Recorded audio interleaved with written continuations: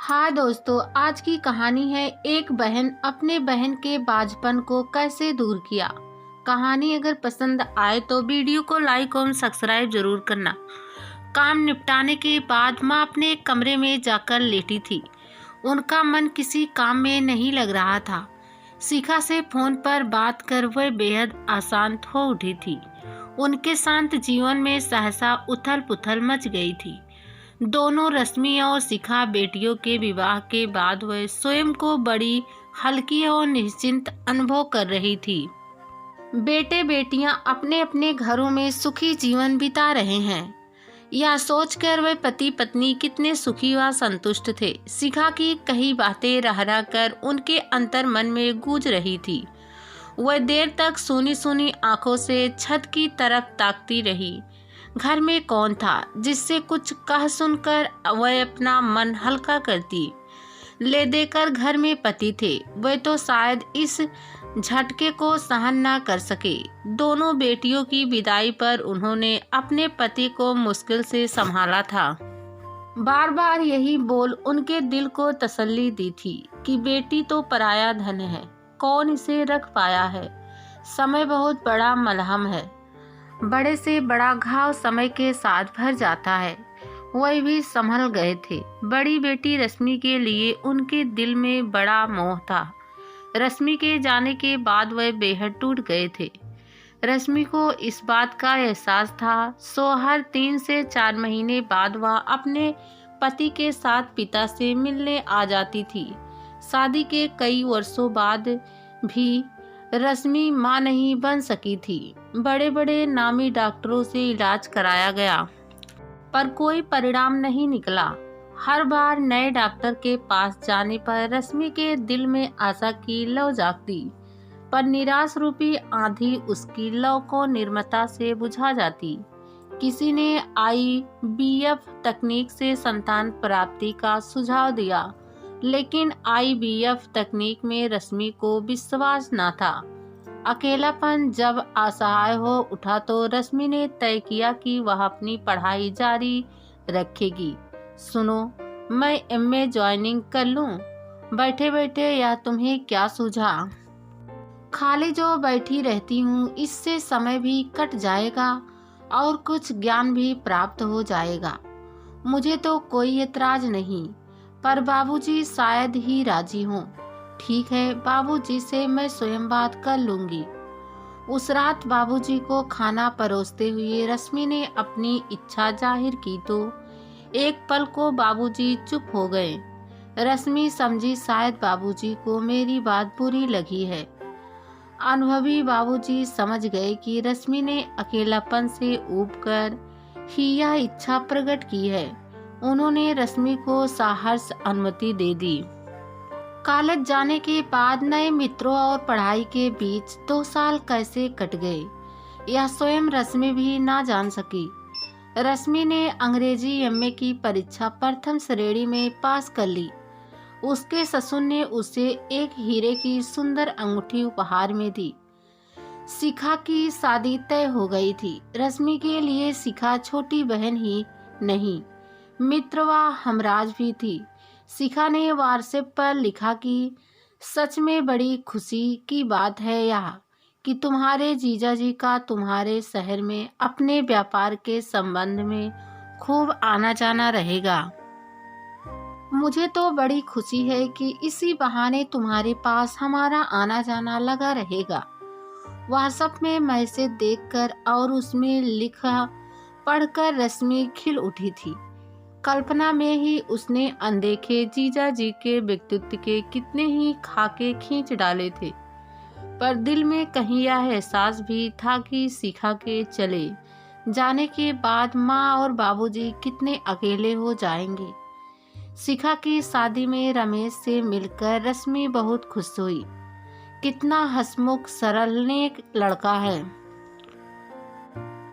शिखा जरूर इसके साथ खुश रहेगी। रमेश भी रश्मि से मिलकर प्रभावित हुआ था। उसका व्यक्तित्व ही ऐसा था। शिखा की शादी के बाद 1 माह रश्मि माँ बाप के पास ही रही थी, ताकि शिखा की जुदाई का दुख उसकी उपस्थिति से कुछ कम हो जाए। शिखा अपने पति के साथ रश्मि के घर आती जाती रही। हर बार रश्मि ने उनकी जी खोलकर अभ्यागत की। उनके साथ बीते दिन यूं गुजर जाते कि पता ही ना लगता कि कब वह लोग आए और कब चले गए।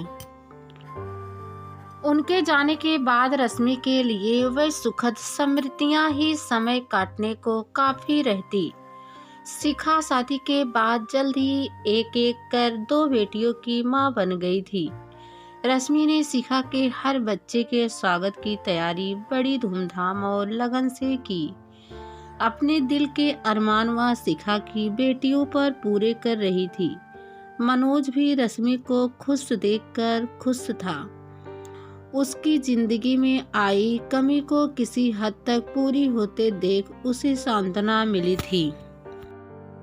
शिखा के तीसरे बच्चे की खबर सुनकर रश्मि अपने को रोक न सके। शिखा की चिंता उसके शब्दों से साफ प्रकट हो रही थी।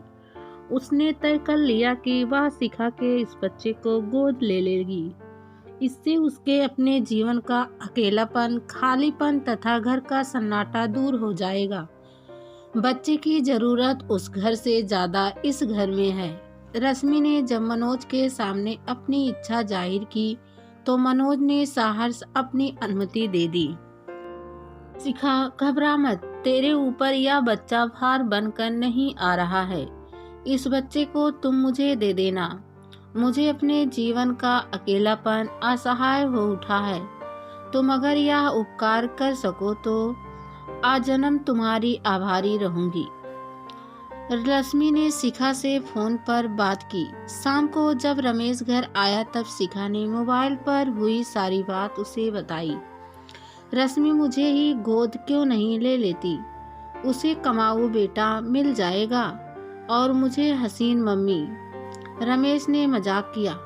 क्या हर वक्त बच्चों जैसी बातें करते हो? तभी तो बात को गंभीरता से लिया करो। रमेश ने गंभीर मुद्रा बनाते हुए कहा। लो, हो गया गंभीर। अब शुरू करो अपनी बात। नाराज होते हुए शिखा कमरे से जाने लगी तो रमेश ने उसका आंचल खींच लिया। बात पूरी किए बिना कैसे जा रही हो? रश्मि के दर्द व अकेलापन को नारी हृदय ही समझ सकता है। हमारा बच्चा उसके पास रहकर भी हमसे दूर नहीं रहेगा। हम तो वहाँ आते जाते रहेंगे ही। हाँ, कह देती हूँ, बच्चे पर माँ का अधिकार पिता से अधिक होता है। तुम जैसा चाहो करो, मेरी तरफ से स्वतंत्र हो। शिखा ने रश्मि को अपनी रजामंदी दे दी। सुनकर रश्मि ने तैयारियां शुरू कर दी। इस बार वह मौसी की नहीं, माँ की भूमिका अदा कर रही थी। उसकी खुशियों में मनोज पूरे दिल से साथ दे रहा था। ऐसे में एक दिन उसे पता चला कि वह स्वयं माँ बनने वाली है। रश्मि डॉक्टर की बात का विश्वास ही न कर सकी। उसने अपने हाथों पर चिकोटी काटी। मनोज ने खबर सुनते ही रश्मि को चूम लिया।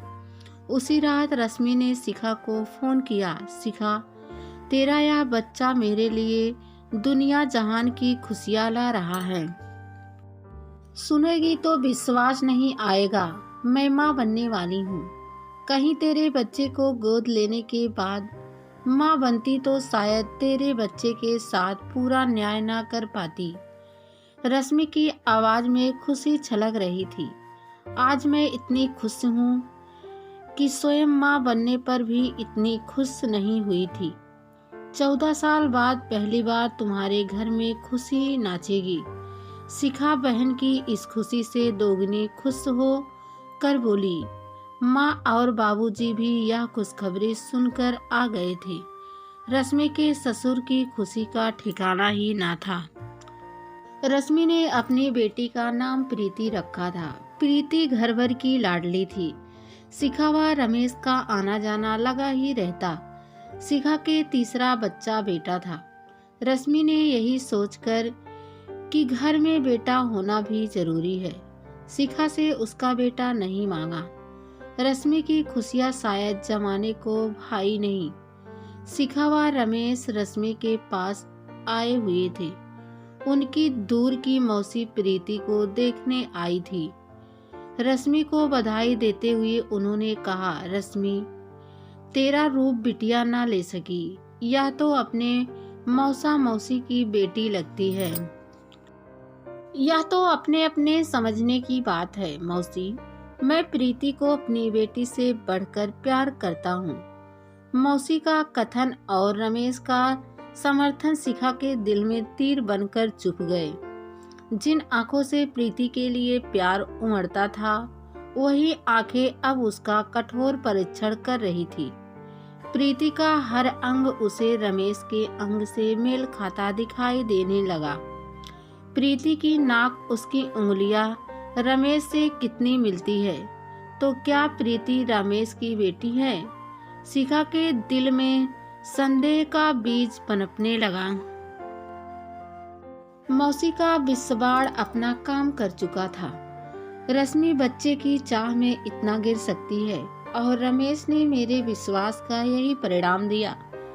शिखा सोचती रही, कुढ़ती रही। घर लौटते ही शिखा उबल पड़ी। सुनते ही रमेश सन्नाटे में आ गया। यह रश्मि की सगी बहन बोल रही है या कोई शत्रु? तुम पढ़ी लिखी होकर भी अनपढ़ों जैसे व्यवहार कर रही हो। तुम में विश्वास नाम की कोई चीज ही नहीं। इतना ही भरोसा है मुझ पर। अविश्वास की बात ही क्या रह जाती है। प्रीति का हर अंग गवाह है कि तुम ही उसके बाप हो। औरत सौतन को कभी बर्दाश्त नहीं कर पाती, चाहे वह उसकी सगी बहन ही क्यों ना हो। किसी के रूप रंग का किसी से मिलना क्या किसी को दोषी मानने के लिए काफी है? गर्भावस्था में माँ की आंखों के सामने जिसकी तस्वीर होती है, बच्चा उसी के अनुरूप ढल जाता है। अपनी डॉक्टरी अपने पास रखो। तुम्हारी कोई सफाई मेरे लिए पर्याप्त नहीं।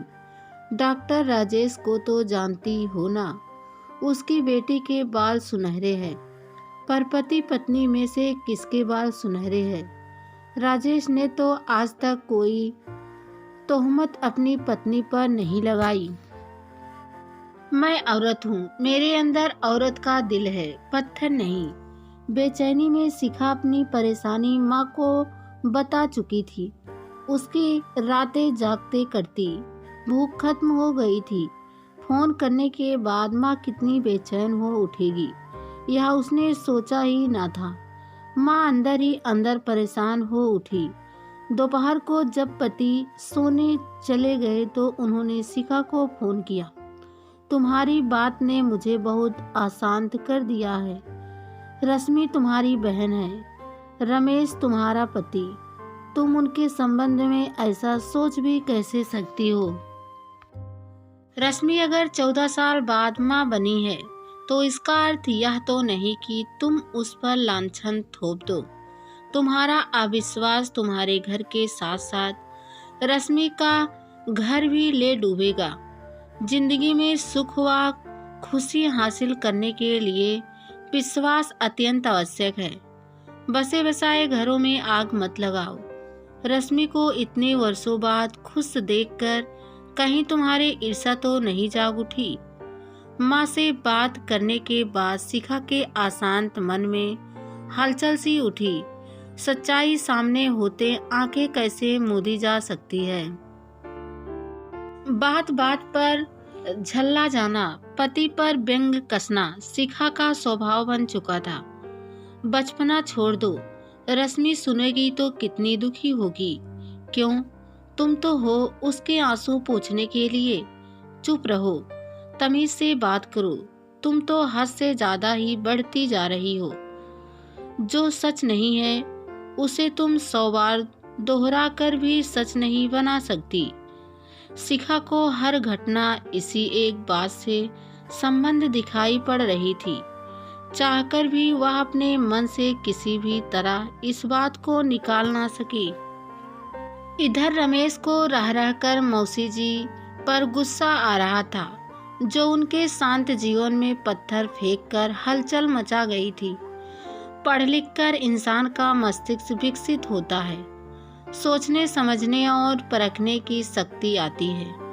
पर शिखा तो पढ़ लिख कर भी अनपढ़ रह गई थी।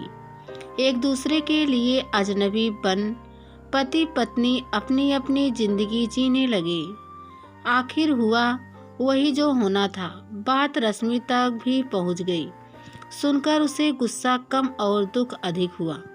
मनोज को भी इस बात का पता लगा, पर व्यक्ति में भी कितना अंतर होता है। रश्मि के प्रति विश्वास की जो जड़ें सालों से जमी थी, वह इस कुठार घात से उखड़ ना सकी। रश्मि ने मन मार कर शिखा को फोन कर कहा, इसे तुम चाहो तो मेरी तरफ से अपनी सफाई में एक प्रयत्न भी समझ सकती हो। हमारा सालों का रिश्ता, खून का रिश्ता, यो इतनी जल्दी तोड़ दोगी? शांत मन से सोचो। मैं तो तुम्हारा बच्चा गोद लेने वाली थी, फिर मुझे ऐसा करने की आवश्यकता क्यों होती? रमेश को मैंने हमेशा छोटे भाई की तरह प्यार किया है। इस निश्चय प्यार को कलुषित मत बनाओ। वैवाहिक जीवन की नींव विश्वास रूपी भूमि पर खड़ी है। अपनी बसी बसाई गृहस्थी में शंका रूपी कुल्हाड़ी से आघात क्यों करना चाहती हो? तनाव और कलह को क्यों निमंत्रण दे बैठी हो? रमेश को तुम इतने सालों में भी समझ नहीं सकी हो। शिखा इन बातों से और जल भुन गई। रमेश उसकी नज़र में अभी भी अपराधी है। घर वह सोने और खाने को ही आता है। उसका घर से बस इतना ही नाता रह गया है। माँ द्वारा पिता की उपेक्षा होते देख बच्चे भी उससे वैसे ही व्यवहार करते हैं। शिखा ने स्वयं ऐसी स्थिति पैदा कर दी है कि आज ना वह स्वयं खुश है, ना उसका पति रमेश।